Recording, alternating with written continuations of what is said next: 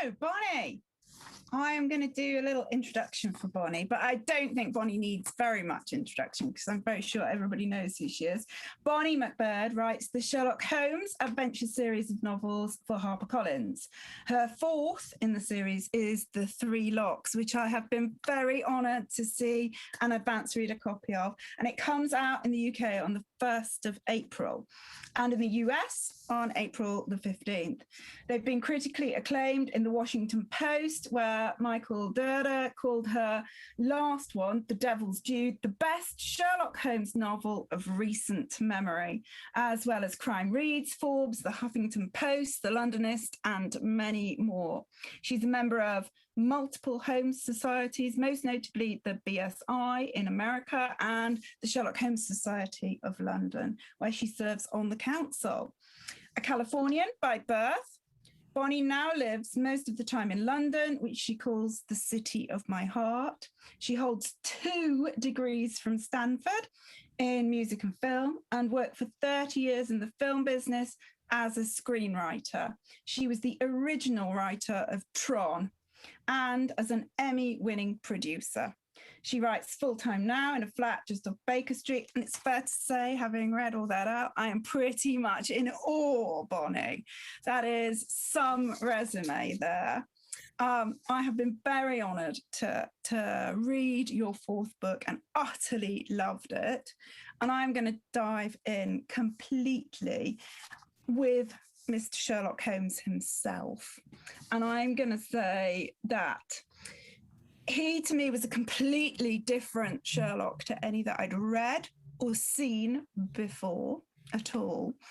And I wondered how influenced you are by previous Sherlock Holmes that you have seen. So, for instance, obviously, we've got Benedict Cumberbatch, Jeremy Brett, and all of the canon.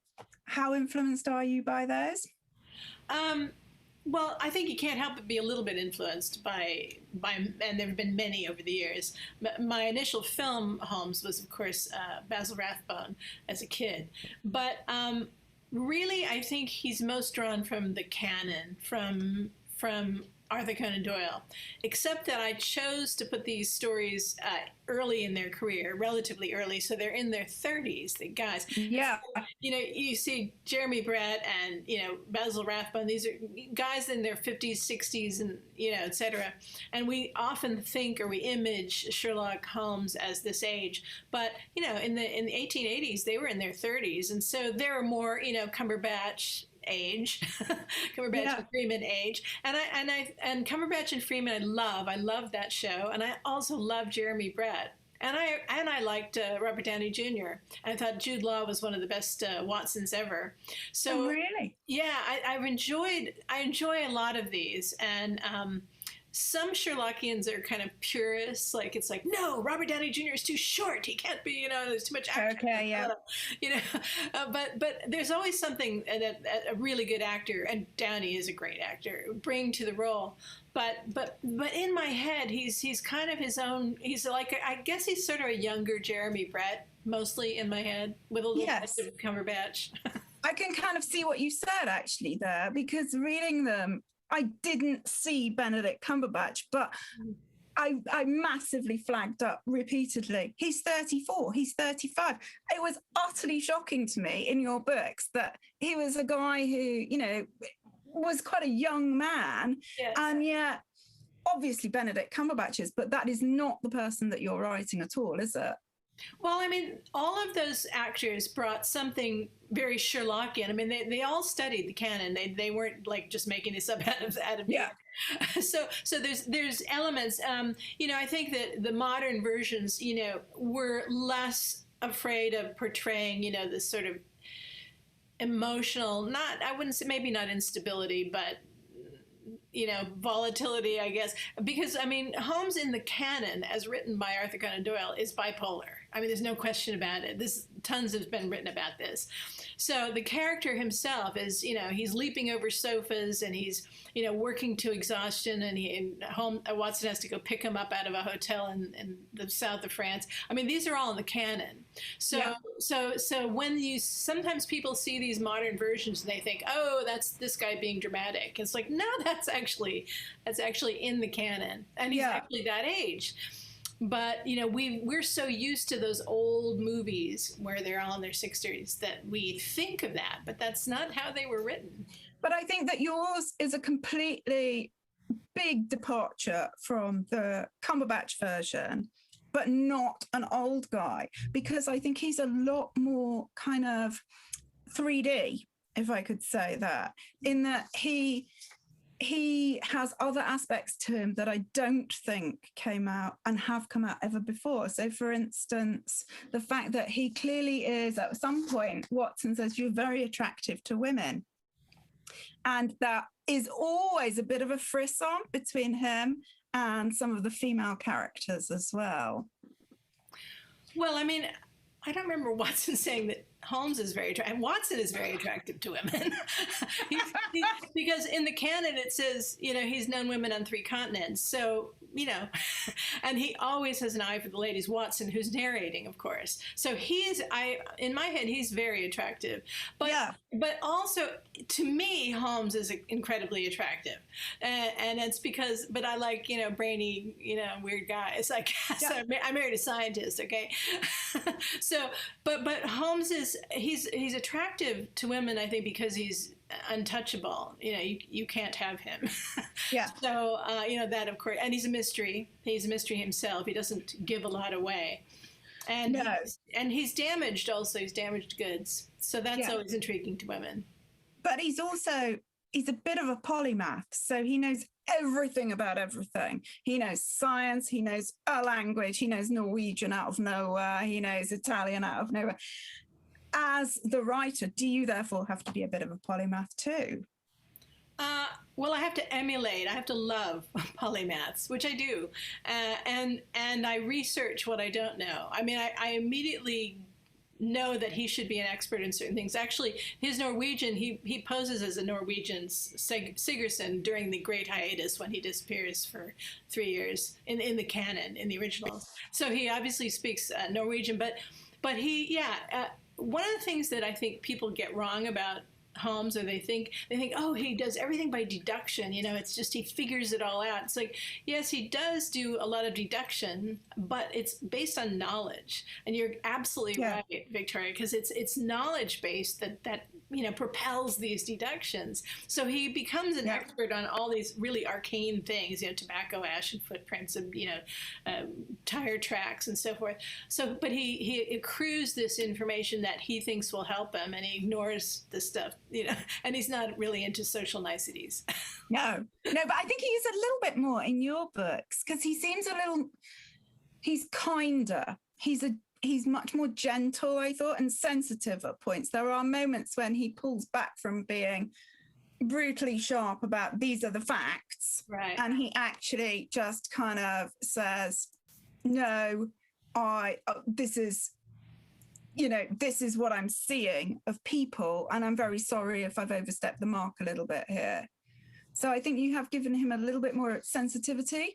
It's interesting that you say that, because when people read the books and they write their comments, I have people saying, like, he's too rude. And then I have other people saying he's so nice. But actually, Holmes he's kind of this, he's like one of those faceted mirrored balls. I mean, he's like a million different things. And he basically doesn't care so much about social niceties, but he will, I think he's kind of borderline autistic a little bit. So he reads people like a scientist would, as opposed to Watson, who instinctively knows when somebody's, vulnerable or in trouble or whatever. And Holmes has a different way of looking at people, and he is what he needs to be. But I think he does have some very some very likable and some very lovable aspects to him. Very much so. Yeah, he cares very about much so. justice, and he wants to help the underdog very much. And also, I think in certain places where I think when particularly ladies, when they're hurt, and there were moments when the whole Holmes partition comes down and he just goes, oh my God, are you okay? Or he rushes to help somebody who dives in against all human instinct to save people from the lock, basically. Yeah. So there is that. He can override that in himself, I think, sometimes in your books. Well, he's a classic hero. He's just a complicated, slightly odd one. Yeah. And yes, I've tried to kind of construct him in a way that doesn't contradict canon, but develops him consistently from that character. So he doesn't do something that he would never do in the Conan Doyle stories,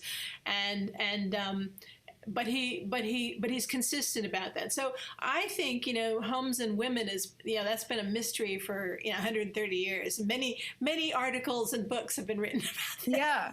I mean, there is that element of, is he interested in women? But I found your particular Sherlock was a very kind of attractive creature. He is, he's very caring, but incredibly bright. But at moments will just do these bizarre, strange things as well. But I also wanted to ask you about his going on from that, his beliefs as well, because there's quite a lot in your book about, obviously the fourth book, about magic and his belief in, let's call it supernatural. And obviously Sir Arthur Conan Doyle was very interested in that side and was quite famous for his seances and believing that there were other things. But in your books, you're very clear that Sherlock himself does not. And I loved the moments between the illusionists and him, where one guy was saying, I'm a mind reader. And he said, well, I suppose you could call me that. But, you've had strong coffee today, you don't eat well, and all the little signs. And someone played it back on him as to the little tricks he plays that are his little mind tricks. Exactly. Well, I mean, he was talking then to a magician who claimed he could mind read and it was real, and Holmes is like, no, it's observation of detail. Hello, like this, that, and the other. It's like, but yeah. So I mean, in the original books, Sherlock Holmes does not believe in ghosts at all, and that comes out of my third book, my second book, Unquiet Spirits, which takes place in a whiskey distillery and a castle up in the Highlands, and which the people in the castle think it's haunted or claim it to be. He doesn't believe in ghosts at all, and he doesn't in the original canon either. No ghosts need apply, he says in one of the stories. But Arthur Conan Doyle, that's a kind of dichotomy with the creator, because Conan Doyle, as you said, became a spiritualist and believed very much in this, and in fact fell out with Houdini. With him, he had a great friendship with Houdini, and he fell out over this issue because Houdini was like, no, there's no magic. Yeah, because part of your book is basically Houdini with the tricks upside down in the water tanks, and we'll come on to that a little bit later because I absolutely loved all those bits as well. But is he, therefore, do you think Arthur Conan Doyle was basically writing a character that was utterly against what he believed in? Well, Arthur Conan Doyle began, he was interested in spiritualism from the time he was quite a young man. And we have an Arthur Conan Doyle expert here in the audience. Yes. Who can correct me if I'm wrong in this. But he even when he started out as a young doctor in Portsmouth, he was investigating spiritualism, but what he wanted was proof. He wanted scientific evidence about it. He suspected it was real, and I think he kind of wanted it to be real, but he wasn't totally believing it, and he was looking for scientific. And apparently he continued with that. He said that. However, later in life, he had lost his brother, his wife, and his son, and he just suffered tremendous losses, and the notion of and his mother, to whom he was very close, and the notion of contacting the dead had incredible resonance with them, and he was hoping. And I think, when you look, it's what is it called in science? Bias something, I'm blanking anyway, but it's where you look for what evidence for what you want to believe, and so kind of went there. But Sherlock Holmes in the stories never believed in ghosts for even a second. But otherwise you can't have, the Hound of the Baskervilles is just a dog that is. That's right. It's just a dog. But many people would believe otherwise, I mean, I spend a lot of time on Dartmoor, and there are people who very much do believe that there is something out there. There is something out in the moors. The Arthur Conan Doyle Center in Edinburgh, which is, I did a show there during Fringe once. That is a center for, investigation into spiritualism. Yeah. They believe it there. And in fact, a lot of people in Scotland believe in ghosts. I mean, it's a cultural phenomenon. Not everyone, of course, because James Maxwell. There's a lot of scientists came out of Scotland, but it is a kind of cultural thing there. Yeah, and so it's a desire to believe. But Holmes is separate. He's very separate from that, and I love that the author can actually create, though, a figure who is completely different to his whole belief system and is trying to actually undermine what he wants to believe in, because all the way through he is saying, no, illusionist, you are not a mind reader, and we both know that, and he's in on the game basically all the way through, which I thought was utterly fantastic, how the illusionist tried to turn the game back on him, which was beautifully written. I loved that part.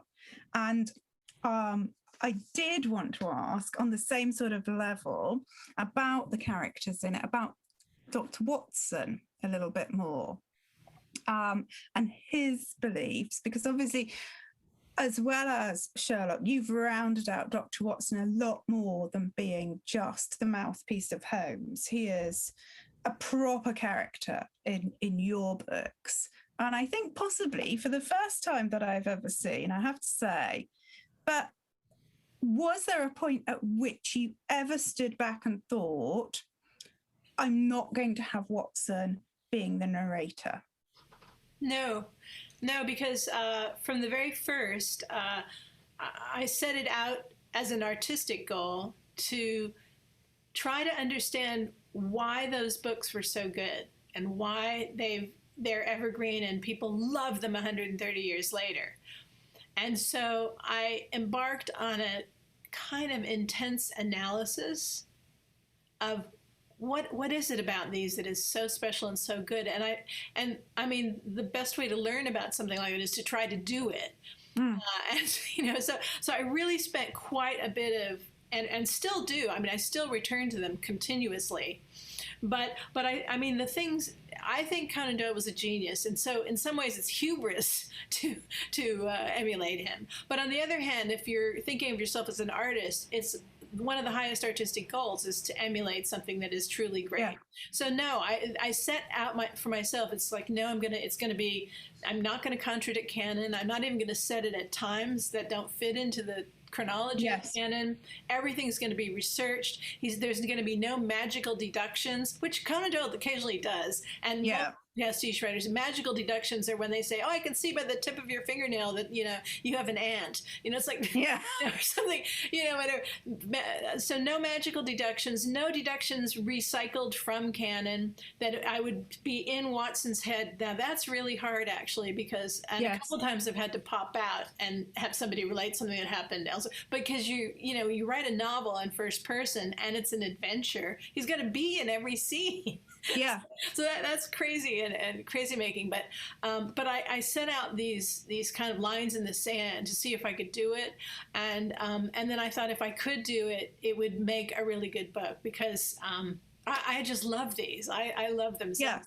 But leading on from that as well, you've included Mycroft quite a lot. And I don't think I can ever read or see Mycroft again without thinking Mark Gatiss. How much did he influence your Mycroft?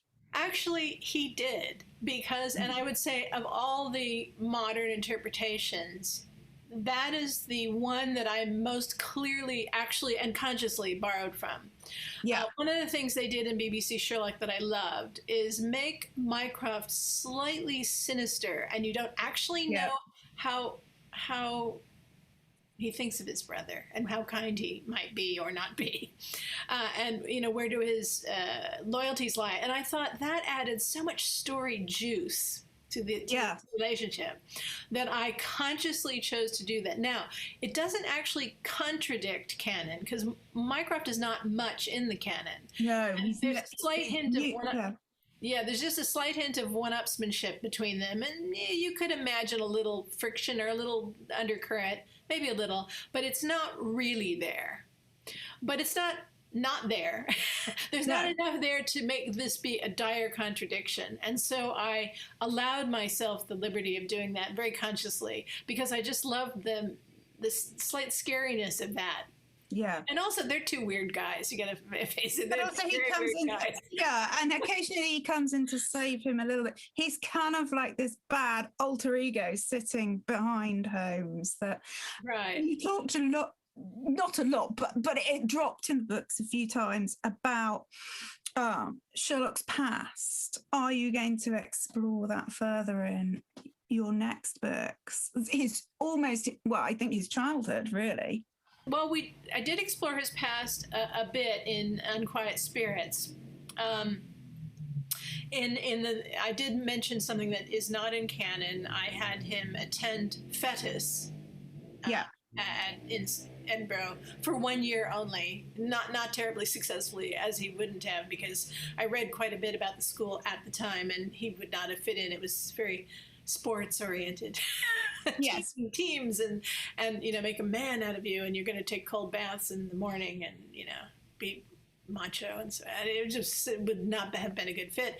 But I did that because I wanted a little bit of backstory there. But once again, and there is a young woman involved. But once again, I don't want to cross the line of giving Holmes any kind of romance, because that is not in canon, and I don't personally believe he would have a romance. However, I did tell a story that would explain why he might not. Yes. To me, Holmes doesn't hate women, but I feel like he doesn't understand them. And he doesn't like things he doesn't understand. but women seem to like him quite a lot, don't they? There are moments when there are visually very attractive women who come very close to him. And there is definitely a moment of, you have made him a very attractive man, basically. Well, he's very attractive to me in my head, and he always has been. When the time I read him as a child at 10, I started reading these, and I've loved the character, and I've had kind of a crush on him since I was a kid. Yeah, but you wouldn't. But how far would you, not just with that aspect of Sherlock, but how far would you step outside of the canon? Not very far. Okay. I don't feel the need to. I mean, the characters as written are so interesting. Yeah. And there's many worlds you can stick them into, and they retain their characters as originally done, but they're now facing this, that, and the other that maybe they haven't in the, that try to put them in new situations. The other thing I try to do is, because I'm doing long form, Conan Doyle wrote 56 short stories and 4 novellas, yes. Novellas being the longest, around 40,000, and novels are 80 to 120. And so that's quite a bit, a different size thing. So how does that affect the storytelling? It's an interesting question, and one that I sat down and thought about before I started, because the you have to have a little more personal character development in something that long. Yeah. But you also have to have a different story construction. I mean, a short story is like a Japanese bridge, beginning, middle, end, boom, and here's the case, here's the complications, and then the solution. It's just a very simple arc construction. But once you have a novel, it's like a suspension bridge, and you have to have pylons to make it through the whole length. And these pylons are action or emotion, character turns big turns and big action to propel something that long. And of course, Conan Doyle was writing the adventures, not the mysteries of, the adventures of. So there was action throughout the canon. It's just that there'll be more of it in the single novel than there would be in a single short story. So this was a conscious choice, but the character development has to go along with that. So you have to retain the mystery of Holmes, and then you also have to develop it a little. So that was I think you've done a huge job of that. And also, I think part of expanding those smaller stories, those novellas, into a full-scale book, your settings are amazing and so atmospheric and very evocative. So your bridge analogy, the bridge that goes over the Jesus Lock, is just beautiful. Well, you went to school right there, didn't you? I did. And one of your characters does law at Trinity, Cambridge, which is what I did. And it was literally like walking back into my old college. I even have my old mug. That's great. In homage, but it was complete. Obviously, the Porters weren't quite as nice to me as they were to your rich character, who I won't give too much away. But it is, and one day I would definitely take you there for a huge tour around. That would be fantastic.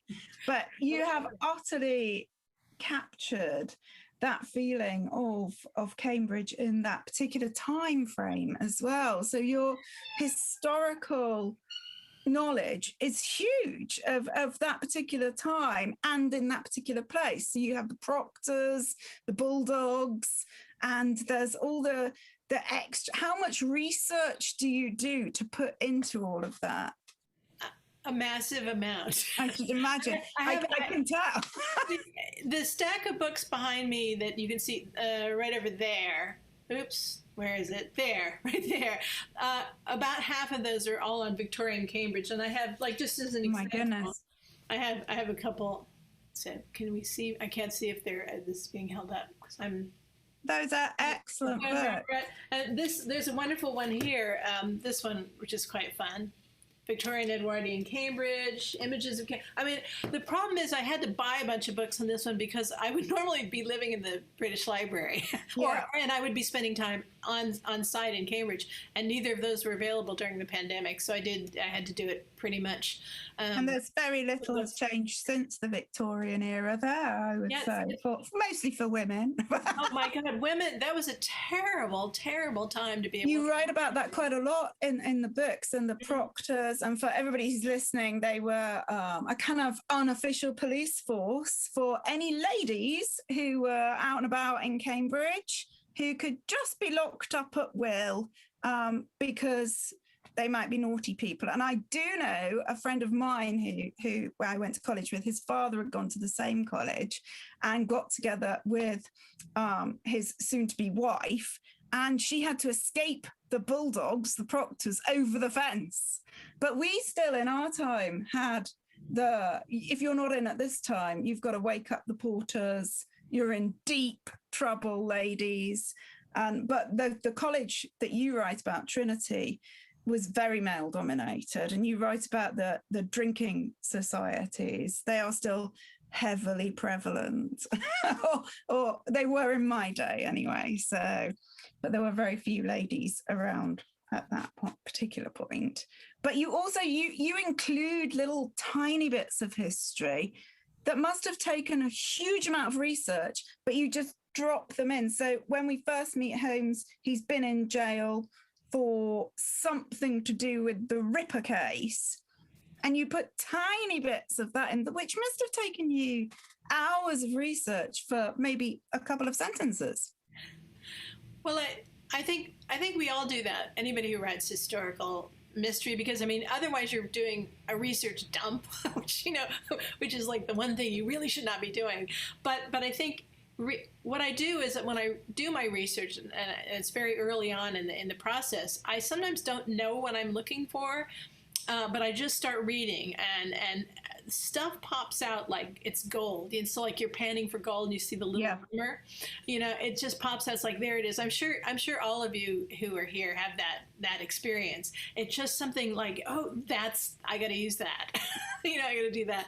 And so when I found out about the spinning house, for example, that was something like, oh, this is going in there.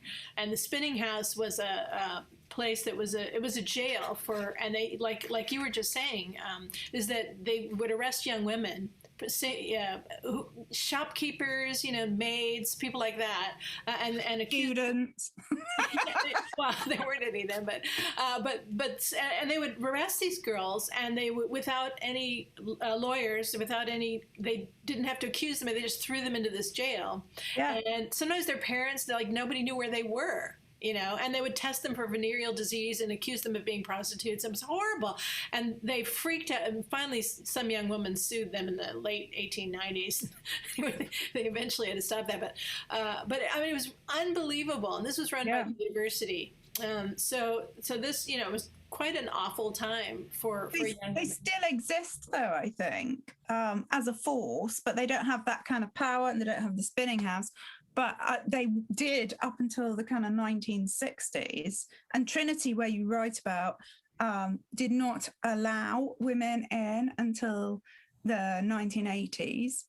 I went there in the 1990s, and some of the places you spoke about in the book, they were rooms that were no women were ever permitted to go into those rooms, not even cleaning women.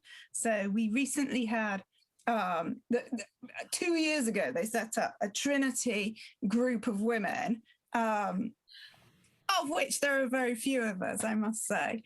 And they had a small event at the college, because now the master is a lady, Dame Sally Davis, and they opened up a particular room, which I think is very close to the room that you have written about. And it's in that corner of Great Court. And it was always a Don's place, a fellow's place, that he did not agree with women being allowed into the college. And he'd always had those rooms prior to that. So we were the first ever women to walk into those rooms since the 1500s. No woman had ever been allowed in them. So I loved your depiction of the rooms in the book. That was wonderful.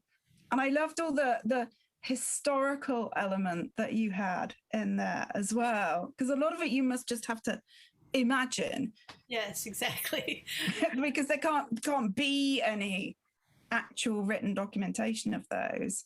Apart from that was just kind of imagined and based on things that I'd read, and then I interviewed a couple of people who had gone to Trinity, and then the other college that I put in there, of course, is a fictional college, and St. Sed's, which is a nod to Douglas Adams. St. John's. I thought that might be St. John's. Was that St. John's? Yeah, that's where he went. Yeah, in real life. So he fictionalized his college as St. Sed's.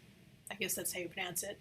And and that's not a real college, but Conan Doyle did this thing of mixing in real places and real people with completely fictionalized things or lightly fictionalized things, where you could recognize what they were. But he mixed all this up, and so I feel that's fair game.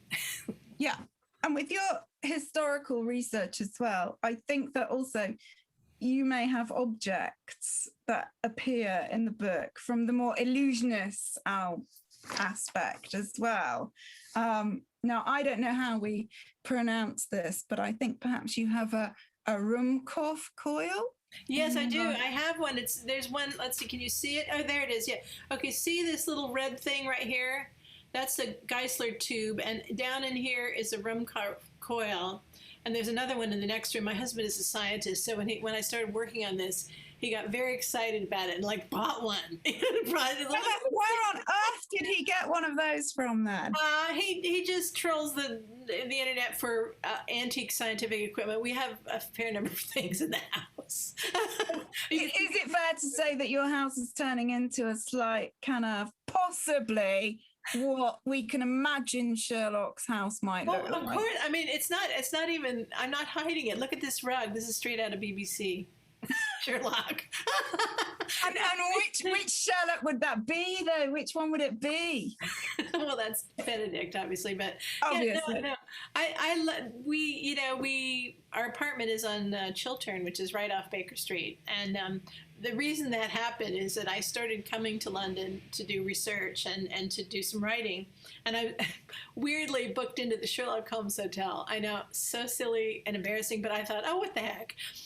And then I liked the place. It was at that time, it was very low key, not very thematic. It was just kind of fun. And I realized the neighborhood is great. I love it here. I can, everything's here. Baker Street Tube is on 5 lines. You can get everywhere. So I just started being here all the time. Initially as a fan, as I said, but then just because it's really convenient and I liked it. So my husband and I now live here most of the time. Do you have a Goethe bust, or is that? Let's see. Yeah. Oh, is that something we're going to have to buy for you? I do have one. I just moved the one. Yes, I do. Hold on. I will have to get it, but I have to. I knew you would. I saw that in the book, and I thought, yeah, she's going to definitely have one of those. Yeah.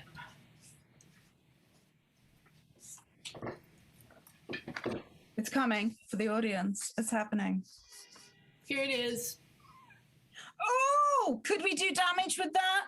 Yes, that's a little one. The one in the book is bigger, but it's there. It's in the book, and it's also. I'm going to ask you to go off looking for like different ink pots, but I have a variety in there as well. I have a variety of weird Sherlockian things, but one of my favorite things, actually, though, Victoria, is for the last book, The Devil's Due, I went onto the foreshore of the Thames at low tide, as they do in the book, and have quite an adventure in there.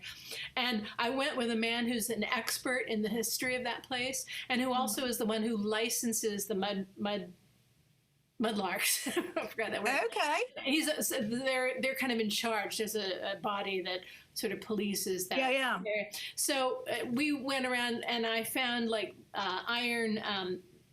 Things that were used in shipbuilding, which was a sub part of the story of that in that book. So I have things from the foreshore sticking up over there. It's going to turn into a museum of MacBird in there, isn't it? We're going to have to do that. It's a little crazy, but I like it. And my husband is as I said, a scientist, and he really enjoys the character. He loves the whole time and place very much. I think there are I think it's the Tate Britain, it could be wrong, it could be Tate Modern, where you can pull the drawers out, and they've done a huge amount of mudlarking, and there's all kinds of crazy stuff in there, like ancient toothbrushes. Nothing too gruesome. I think some gruesome things have popped up there. There have definitely been some gruesome things that were there, and for sure. But I saw the long slats of wood that the ships were slid down because they were there, and they were slid there, and there were tons of factories, and directly across from where we were and where I set the scene in my book, there was unfortunately the slaughterhouse. So it smelled, and then there was a chemical factory. It was like a ghastly, scary place. A very busy kind of Thames there as well. So lots coming up on the shore all the time. Yeah. But the gruesome thing is also something I wanted to talk to you about. I don't know whether I am sort of romanticizing Sherlock Holmes, but your deaths are far more gruesome than in the original books. That I don't want to give too much away for people, because book 4, literally, I was on the edge of my seat for one moment. I'm thinking, oh my God, it involves locks, it involves water, a lovely, beautiful young lady, and a doll that kind of foretells her death. Do you think that your books are more gruesome than Sir Arthur Conan Doyle's? No, but no, I don't. I actually don't think they are. I mean, in Conan Doyle's stories, ears showed up in a box, and people had their thumbs cut off, and pretty gruesome stuff happened. People had their throats torn out by a dog, and I mean, I would say that's pretty gruesome. Yeah. I think that much of the stuff takes place off stage, so to speak, in Conan Doyle. Because We don't perhaps watch- you we have don't watch it happen. expanded them more. We don't watch it happen, but that's one of the things that in the cases in mine where they do happen on stage, you know, like while we're watching, I don't linger on it because he wouldn't. No. So it happens, but it happens in service of the story. And the other thing is that some people have complained. I usually give Holmes or Watson some damage, some physical trouble that they run into. There was a lot of damage to them. A lot. But And I'm not going to say too much, but there was one particular one where I was like, oh no, yeah. how is he going to survive? But these guys are superheroes. No, they're not magical. They don't like leap up after being shot or something. But they are. The phoenix rising from the ashes is a very satisfying moment in a story and storytelling. And these guys are straight out adventure heroes. They really are. He can hold his breath for 3 minutes. Yep. That's pretty special. Does he not hold his breath for longer than the illusionist? I don't think I made that clear in the book. Possibly. Yeah. And how much of the illusionist's equipment did you read about or did you get to see? So there's a cauldron in one part, and is any of this surviving? The cauldron I completely made up, but it's but the water tank one is almost exactly Houdini's, which came, you know, about 20 years after the story takes place. But it could have existed then. I mean, the late Victorian era, the 80s and the 90s, that was like the golden age of magic. I mean, it was huge. It was hugely popular. There were a lot of big spectacular shows and people trying to outdo each other with their, you know, with their crazy antics. And people, yeah, some of them were quite dangerous. So it's all real. And then there's a wonderful American Sherlockian, Dan Stashauer, who is also a magician, who I consulted. I consulted with a number of people on this book. Would you consult with someone such as, I don't know, Darren Brown, who is the ultimate kind of, he wishes to debunk this by saying, there is something fantastic about this, but it's not magic. Right. It is cleverness, and cleverness is not magic, is what Sherlock and you are telling us. Yes, exactly. I like the way they used him in BBC Sherlock. They did use him briefly in there. Very briefly. Yeah, he's a fascinating. No, I didn't speak to him. I didn't speak to him, but I did consult with a couple magicians. I also went to a lock museum in Redmond. The locks. So there are a number of locks in your books, Bonnie. And how did it feel writing about locks during lockdown, as it were? Very punny. Yeah. But you have locks that are, obviously we have the water locks, but there is the beautiful, well, I think it's beautiful in my mind, the beautiful box that Dr. Watson has. And is this something that you have created or something that's based on something that you have seen? No, that was just created. But I did learn at the History of Locks Museum from a master locksmith that there are indeed locks that you can't pick. Would Sherlock be able to pick them? No one can pick them. Because there are locks that you cannot pick. They exist. There's the guy who does pick Dr. Watson's box, as it were. There's an expert guy, and he finds a way to get in. So that isn't one of them, but it's probably close to one of them. But I did discover that there are indeed. I didn't know that unpickable boxes. But the other thing that the Lock Museum was really fun was there are locks that that you can die while you're trying to get into them, and there's one in the canvas, yes, of course. And then there are locks that are that have timing, and they're very complicated things too. And the ones that shoot poison darts were the ones that scared me. That you think you're there, you're going through the box. Yeah, you try to look into it, and you're in, and like, oh dear, no, that's not happened very well. He showed me one. He showed me one that did that. I thought, Do you have any of those in your house? I have none of those in my house. No, none of those. None of those. We know what to get you for the next birthday present, don't we? No. I think we are kind of. Luke, how are we doing for time? Do we have any questions from the anybody out there? No one's out there. They've all gone. We've lost them all now. So I was going to ask you very quickly about your writing style, Bonnie. Oh, okay. And obviously you're writing a man who is in a particular time in history. So he has to speak in a certain way, and the descriptions have to be in a certain way, and everything around him has to be in that manner. Do you find that sometimes you are mirroring Sir Arthur Conan's words, or that you can take that further? That's a good question. I try to emulate the voice, the vocabulary, the sentence structure. I mean, I don't think sentence structure, but I try to. I've been an actor, and I learned dialects, and so hear voices and try to do them, and it's a pattern, it's a melody, Yes. kind of, it's and so forth. So I hear the voices in my head. And I also should say that I've been reading 19th century English literature since I was a little kid, and I just am steeped in it and love it. So the language feels very normal to me, actually. Yeah. So you write, there are words where you think, oh, that's not something you'd usually have in a crime book.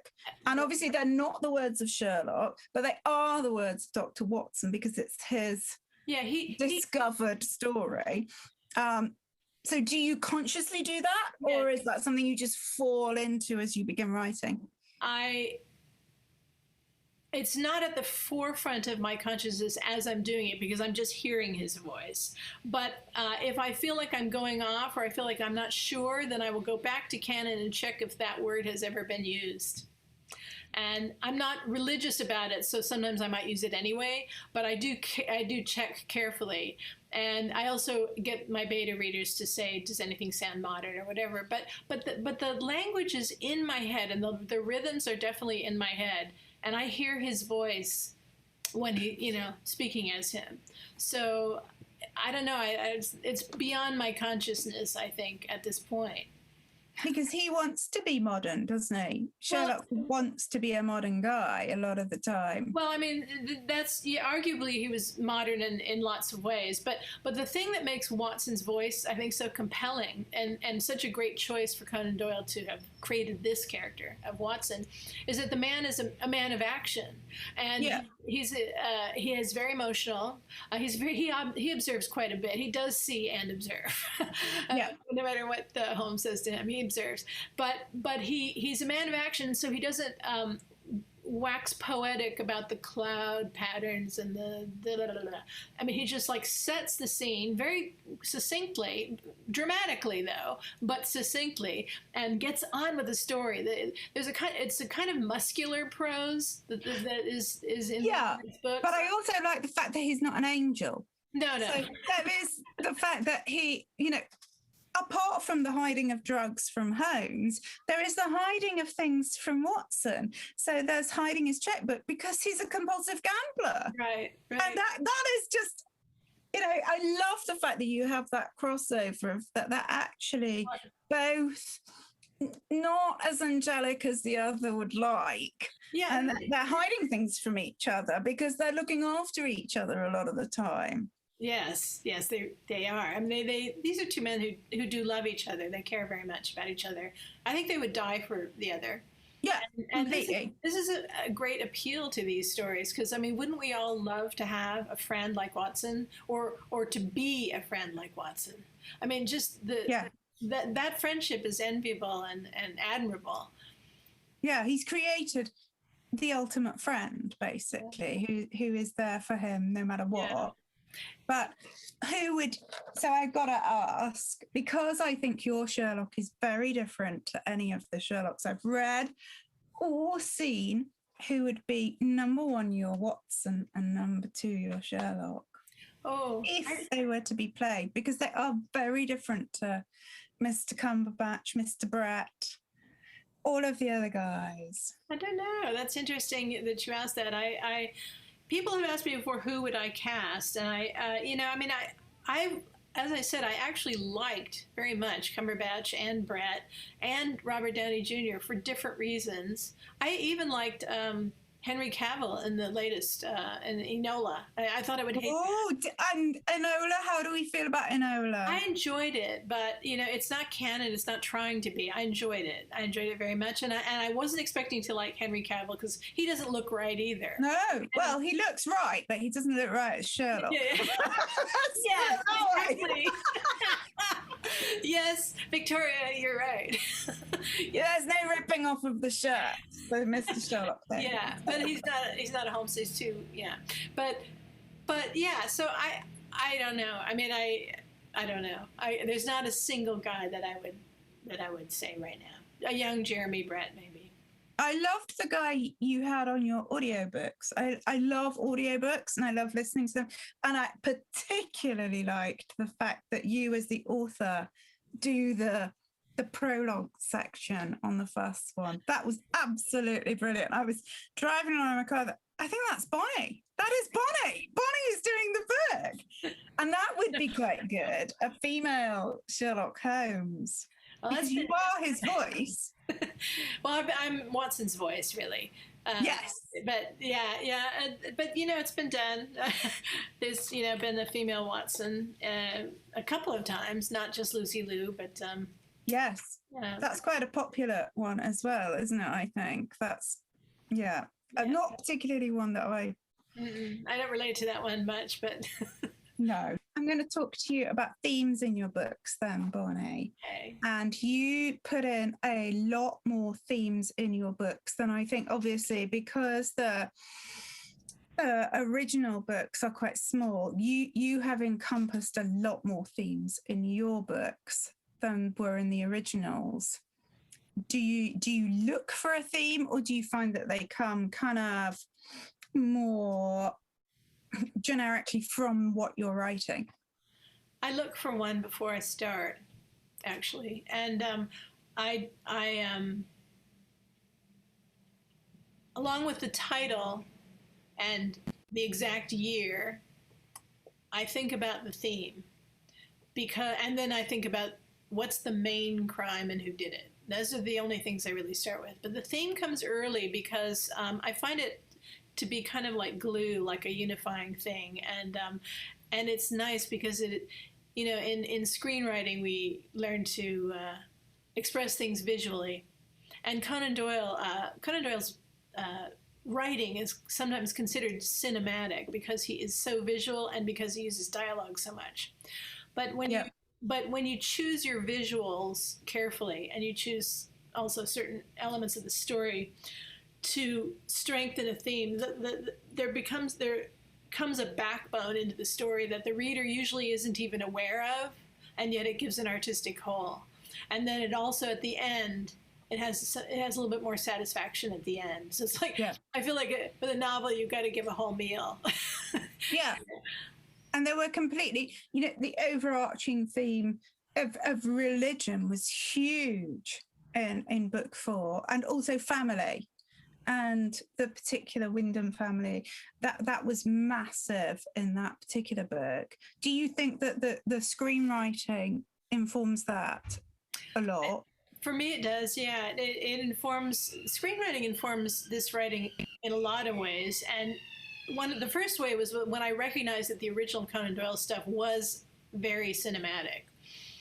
And so that was, and that, further connected me because I loved it since I was a kid, obviously before all the movie, stuff that I did. But when I returned to it, I was amazed at how powerful his storytelling is. And I tried to analyze, what is so incredibly powerful about it?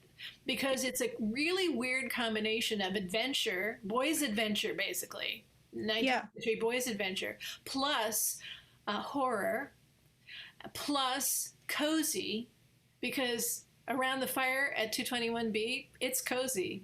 Yeah. And we want to land in a messy way. Yeah, in a messy guy way, but yeah, a man cave way. But it's still cozy because we know that the good guys are going to win, and but we have no idea how they're going to get there, but we know they will because it's Sherlock Holmes. And so it has these disparate elements, but all of them are very tried and true storytelling. I don't want to say tropes because it's not a trope. It's just choices that you make that strengthen the storytelling. And also there's the whole intellectual level as well, that a lot of it is thought process and talking through thought process. And Sherlock saying, I'm not going to actually tell you what my thought process is. So you have to guess what I'm thinking a lot of the time, right. Which is, I'm not sure there are many detectives who do that, where he completely says, I know what's happened, or I think I know what's happened, and this is it, but I just can't tell you at the moment because I haven't quite worked out the best way to tell you, which kind of comes across a bit. At some points, is he too intelligent for the man who is writing his tale? No, I don't think so, but that's a really personal issue for me because I married a man who I think is a genius, and actually other people think so too, so it's not just me. Yeah, no, I have to say that interviewing you, I spoke to my husband and said, this is the lady I'm interviewing, and he went, oh my God, that's her husband. I'm like, no, we're talking about Sherlock Holmes here. He's also a lover of your books, though, as well. Well, thank you.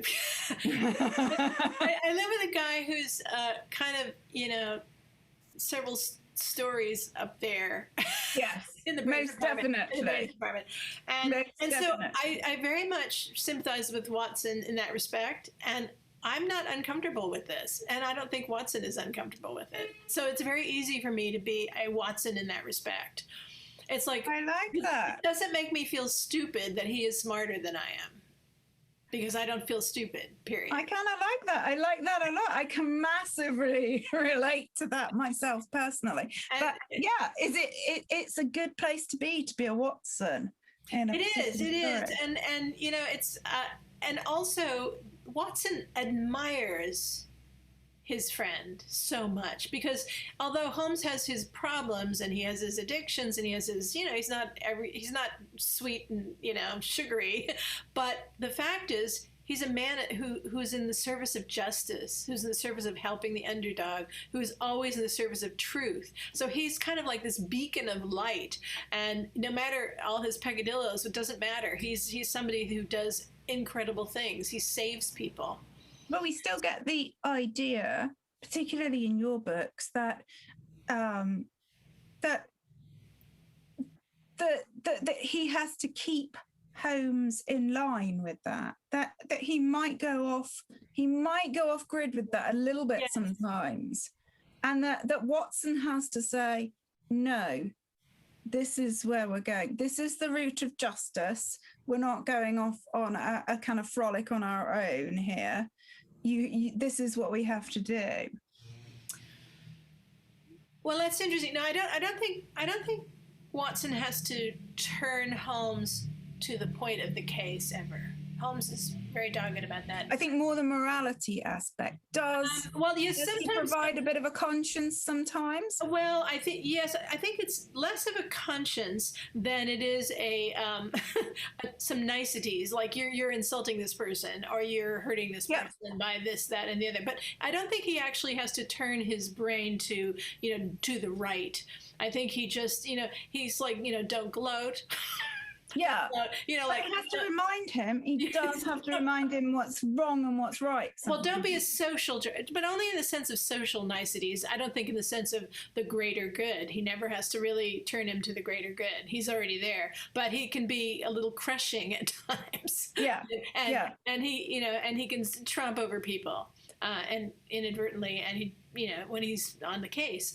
So yes, Watson, and then Watson also has to keep him from his darker self. If he is in fact, bipolar, which I think he is in the canon, then he gets really down in the dumps. He gets really depressed and basically doesn't get off the couch for days on end. And this is in the canon, and and Watson is like, get up. So how do you relate the canon to writing these things in modern day, when obviously mental health and not using terms that are difficult, they're not acceptable, but that you can translate this into literature for today? So Holmes obviously comes from another century. It's been good that we've seen other versions along the way, but he is a man who finds it difficult to act even in his own century, let alone our century. So how do you get around that particular aspect? Well, it's quite clearly described in the canon of his moods and his need to self-medicate, or his choice to self-medicate dangerously. And, of course, Conan Doyle himself was a doctor. He knew about all this stuff. And he also was a doctor who clearly was speaking through Watson when he said, you're going to ruin your brains shooting up cocaine. You need to So he knew. Now, but you could buy cocaine, you could buy laudanum, you could buy the corner drugstore. You didn't even need a prescription. So I love that he has baby medicine that he's taking. Yeah, and baby soothers. It's full of laudanum. Yes.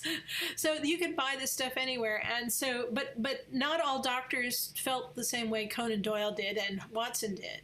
But the smart ones knew. And so, but, people have self-medicated for centuries, it's not a new thing. There's not, it's still going on. But, so it's, it's, basically, I think it's a thing that, it's a weakness that Holmes has. It's his Achilles heel. How do you feel about treading that line between the modern day crime fiction and the latter day crime fiction? And you kind of span that completely. So for instance, with the new Sherlock, they've taken it to a whole different areas of it's a taxi driver, etc., and they've completely changed the story, whereas you're writing new stories, but you're writing them in the past.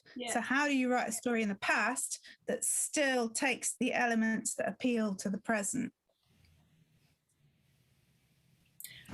I don't consciously do that. I don't consciously go like, oh, I need to speak to modern readers, because I think modern readers still love the original Sherlock Holmes.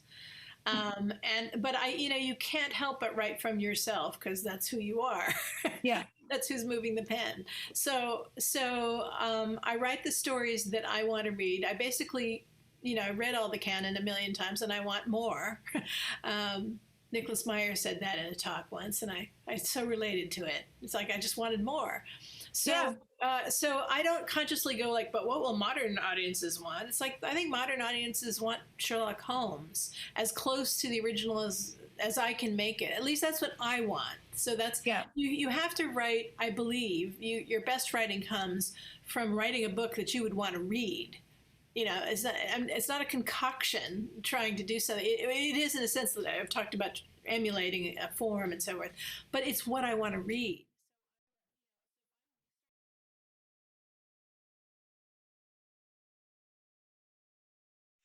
So we have a really eclectic selection tonight. We have people from all over the globe and even Newcastle, and books that I have read and I've absolutely loved, and I would urge you to go and read them. And we're going to go in alphabetical order because, that's very good, isn't it? We're not favouritist for anything. So Tom Benjamin is going first, and he is to my right, but I suspect he's not to everybody's right. Who knows? And he's coming to us all the way from Italy tonight. So if any of you are thinking, I want to go on holiday, you can have a good look at Tom's bookshelves, and that's what's happening in Italy at the moment. Yeah. He is the author of the Daniel Lester series, and they are absolutely bloody brilliant. The first one is A Quiet Death in Italy. The second one is The Hunting Season, which I think we're having a little bit of tonight. They're set in Bologna, and they're so atmospheric, and they're incredibly evocative of Italy. And anybody who's been there or loves Italy, you will just know it as soon as you read it. It's beautiful writing, and it also, rather than eulogizing, it invokes that kind of darkness beneath the beauty, as it were. So, and he's had praise from the Times, all kinds of various newspapers, and one quote in particular, which I think totally sums up his work, is Benjamin gloriously evokes the porticos and palazzos of the medieval city. So without further ado, Mr. Benjamin, could you give us a tiny little introduction and a reading of your very excellent work, please? Well, thank you very much, Victoria. I don't really know what to add after that. I think you've sort of stolen my wind a bit. All I would say is that I'm Tom Benjamin, and, you know, Victoria's quite right. I'm planning to introduce the beginning of the second installment of the Daniel Lester series, The Hunting Season, which is published in May, on May the 13th, and I'm very much looking forward to it. So I'll begin at the beginning. There was no hint of murder that morning. On the contrary, it was bright after a weekend of rain. Autumn had arrived late. Floods had hit Spain and a string of Italian cities on the west coast, but Bologna had endured the bad weather with her usual equanimity. This was the city of porticos, after all, and built to withstand extremes. My daughter Rose has already left for school, so I locked up. From our balcony, an undulating wave of terracotta rooftops swept down towards the centre, russet damp tiles glowing beneath the sheen of steam and throwing the courtyard, indeed the rest of the city, below the roofline into dark contrast. But like so much else in Italy, there was always the sun if you knew where to look. I walked along our little Via Mirasole, then on to D'Azeglio, crossing the cobbled road and stepping up to the old orphanage, the Bastardini, where warm light flooded between the tall red brick columns. I slowed along with the other pedestrians to savour every last lick of summer. The church bells, which seemed to keep their own hours, began to peal. We had arrived at what I like to think of as our English summer, when the relentless Italian heat had tapered off and the city became habitable again. Rose might mourn the end of weekends at the beach, but I felt like I could finally breathe again. And while for my fellow Bolognese it was a minor tragedy they marked by switching to dark colours, today I stuck to the cream linen jacket of British summertime. On the whole, I didn't like to play the Englishman abroad, but it only felt fair to show my appreciation. Even the broken lift at our office on Marconi did little to affect my mood, and after climbing 4 floors, I pushed through the varnished double doors, smiling at Alba, who rose from behind her desk. Her look of discomfiture alerted me to the couple waiting behind the large abstract painting that dominated the reception. Daniel, here is the family Lee. They are American. She sat down, clearly relieved at having delivered a coherent sentence in English. I knew instantly this would be about their child. The couple looked at me the way all parents did, as if I was a rescue vessel upon the horizon. But it was hope married with intense anxiety. Would they be able to attract my attention? The consulate in Florence sent us. Mr. Lee grabbed my hand. They said you were the best English detective in Bologna. I nodded, although I would have taken it as more of a compliment if I hadn't been the only English detective in Bologna. Oh, Tom, that's brilliant. Thanks very much. So lyrical, so beautiful. I think that the line, there was no hint of murder that morning. I'd steal that if I could, if I knew I had heard it Fabulous, before. fabulous. And I love the cream linen jacket of British summertime. Oh, I think I we have all one- just I want to have go one to myself. Italy now. We all just want to go to Italy. That's it. Yep, Unbelievable. very Thank you. nice. Very beautiful. Thank you so much. That's the hunting season that's coming out. When is that coming out, Tom? May the 13th. Not long to wait now Good. for everything, really. The hunting season. We'll just have a giant party for The Tom. hunting season. It's got. Do you have it? Do you have a copy of it? Do you have? Yes, I do. I have a copy here behind me. Hold Here on. we are. Always on hand. Yeah. Let's see. Oh, very nice. Oh yeah, we're there. That's A roundel. beautiful. It's called a roundel, Victoria. That thing. Yeah. A roundel.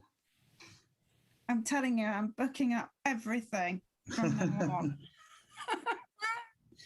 And now we're moving on to something that is very, very different. All three readers are incredibly different and incredibly wonderful tonight.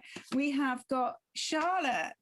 The lovely Charlotte Levin is a debut author as well with her book, If I Can't Have You. And I'm just going to quote Ruth Jones, and I'm just going to say, one of the best books I've ever read. Now, if Ruth Jones is saying that, I'm there. I'm You just don't know there. how many books she's read, though, to be fair, do we? Loads. It might only be two. She's a goddess. And this is about the magnificent Constance Little, who I think has just become part of my life, even though I don't know her, and her obsessions. And I loved this book, and it's very dark with its comedy. It's just very wonderful. And we have now an excellent reading from Charlotte. Thank you. Yeah, well, again, like Tom, I don't know what to add to that. Here's, can it be seen? I don't know if you can see. Copy of the book. We can see, looking excellent. And so I'm going to read the opening chapter, which I'm going to do from the screen. They all stared. The group of girls cooing over the fruits of their Christmas shopping trip stopped and slapped each other's arms. The married ceased to argue and held hands. The reading man lost his page. I stood in the tube carriage among them. A young sooty-booty city prick and a Sloane Ranger with a leg-kicking infant on her lap parted ways to expose a seat for me. I don't believe out of politeness, most likely out of fear, confusion. The fact my light-headed sways made it probable I'd fall their way. Regardless of the reason, I was grateful and squeezed my white taffeta engulfed body between them while attempting to keep the material under control, which proved impossible as the voluminous skirt overlapped onto them both. The child, who I could now see was a girl, stroked my dress with her saliva-ridden fingers. Look at the princess, Mummy. The mother buried her spawn's head into her blazer, clearly wishing to God she'd just got a black cab as usual. However, her utter Englishness forced her to smile at me. I returned a semi-version, but was conscious of my front teeth hanging by a minute thread of gum. It hurt. I closed my mouth and looked down at the blood covering my chest. It was odd how it had taken more to the embroidery than the taffeta. Raising my head, I could see in the window's distorted reflections Sloane and City Prick looking at each other behind me in wide-eyed horror. Though they appeared to be strangers, I had bonded them. Beyond their ghostly images was the huge High Street Kensington sign. It was telling me goodbye. I remember thinking I'd write a book about it one day. The fucked girl on the train. As we pulled away from the station, eyes screwed and faces twisted with calculations as they tried to decipher what had happened. Was I the jilter or the jiltee? But as you know more than anyone, Dr. Franco, people are rarely what they appear to be on the surface. The marrieds may have in fact been illicit lovers. The shopping girl's been out on the steal. Sloane pressed a Chanel silk scarf against her nose. It was my vomit lace veil she could smell. I was tempted to turn and tell her everything, ask her for help, but I couldn't because I didn't know her. I didn't know anyone anymore. She wouldn't have given a shit anyway, her only concern being I didn't scare Minnie Sloane. I smiled at the kid. It cried. I was already old news. People stopped gawking or were doing so more subtly at least. They returned to their arguing, laughing, avoiding. heads magnetically drawn down to their phones, but then came the flashes. There was no doubt I'd feature heavily in conversations that day. Photo evidence was needed. I'd be trending on Twitter. Reading man glanced up from his book. The 7 Habits of Highly Effective People. Perhaps he was wondering which one my habit was. But then that's what I love about London. Rather than staring, why didn't they ask if I was okay? I was not fucking okay, people. In Manchester, I'd been in someone's house by then, being handed a cup of tea with 6 sugars and a blue riband. The tube slowed to a halt. Earl's Court. I could see them on the platform waiting for me. My tooth dropped onto my lap. Oh, Charlotte, I think we've all been there. That's amazing. A vomit-laced veil in London. I'm not saying I've had a vomit-laced veil, but that was awesome. My goodness. And I can say the rest of the book carries on in that vein. You just have to read it. It is absolutely captivating and brilliant. Thank you so much, Charlotte. That was absolutely wonderful. And we have Trevor. Trevor, where are you, Trevor? There you are. You're in my top right, but I don't know that you're in everybody's top right. Trevor won the CWA John Creasy New Blood Dagger, which I assume every time someone says your name now, Trevor, someone says that after that. That is just, yay! We have a dagger. That's awesome. And that's with his first novel, The Man on the Street. And his second novel, which I think we're getting a little bit of tonight, is One Way Street. And these follow Jimmy, a homeless veteran in Newcastle, and Dog, of course. We love Dog. And we've had praise from him, from people like Lee Child. I don't know if anybody's heard of Lee Child, but he says he's fresh, original, authentic, and gritty, and should be an instant classic, which he is. So it turns out that he is also a mind reader of readers. So Trevor, come on. Brilliant. Thanks, Vic. I think I should also add, given that Bonnie is around, that Jimmy somehow seems to be occasionally nicknamed Sherlock Homeless. So it seems very appropriate to be reading tonight. That's very good. I'm going to read a very short chapter from One Way Street, the sequel to The Man on the Street.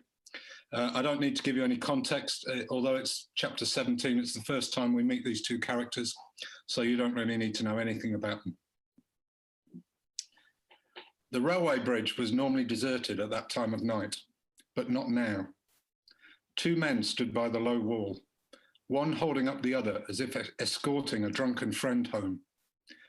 Only they weren't really friends or men, both barely out of their teens, though Midge reckoned he was way more grown up than his so-called mate. The poor sod had a lot of lessons to learn, might even have had time to learn them if he hadn't made some bad decisions. Bad decisions slumped down against the wall. Midge almost laughed. You can't sleep here, buddy. He knew that he had to take care of him. It was a shit job, but somebody had to do it, and this time, that somebody was him. Truth be told, he'd never liked him. Twat always seemed to be talking down to him, like he was a complete muppet, which he was, but that didn't mean people couldn't be polite. And the lad was a user of people as well as everything else. Anyway, who was the muppet now? The kid was in a right state, his head lolling to one side, the alcohol that he'd been throwing down his neck all night taking the usual effect. Mugs game, drinking. Midge preferred to have his wits about him. That was why he stuck to weed, just so he could chill out. He didn't make so many big mistakes that way, like this kid had done with Ashley and the girl. That was probably why he'd been drinking so much lately. Regrets could be a right bastard. Stupid is as stupid does, eh? Midge muttered. His last foster mum used to say that about him. She didn't anymore, knew better than to piss him off. Not that he planned on ever seeing her again. The kid moaned quietly and slumped over, his feet still on the ground, his upper body lying on the bridge wall. Midge crouched down, put his hand under the kid's chin to hold his head up, and slapped him firmly across the face. Last chance, buddy. Where's Ginger? Nothing. Just a flicker of his eyelids and another moan. He went to give him one more slap, but knew he'd just be wasting his energy. Midge looked up. In the distance, he could see the lights approaching. surprisingly close to the scheduled arrival. Time to say goodbye. Here it comes, he said, even though the kid was too far gone to hear him. Come on, son, up you get. He reached down and pulled him up so he was sitting on the knee-high wall, his back to the oncoming lights. His eyes flickered once more. For a moment, Midge thought he was going to say something, but he was way past that. Time to go, Midge said, on the count of 3. 1, 2, 3. He grabbed the kid's legs and tipped him backwards until his weight did the rest, and he disappeared over the edge of the wall, straight into the path of the 1820 from King's Cross to Newcastle.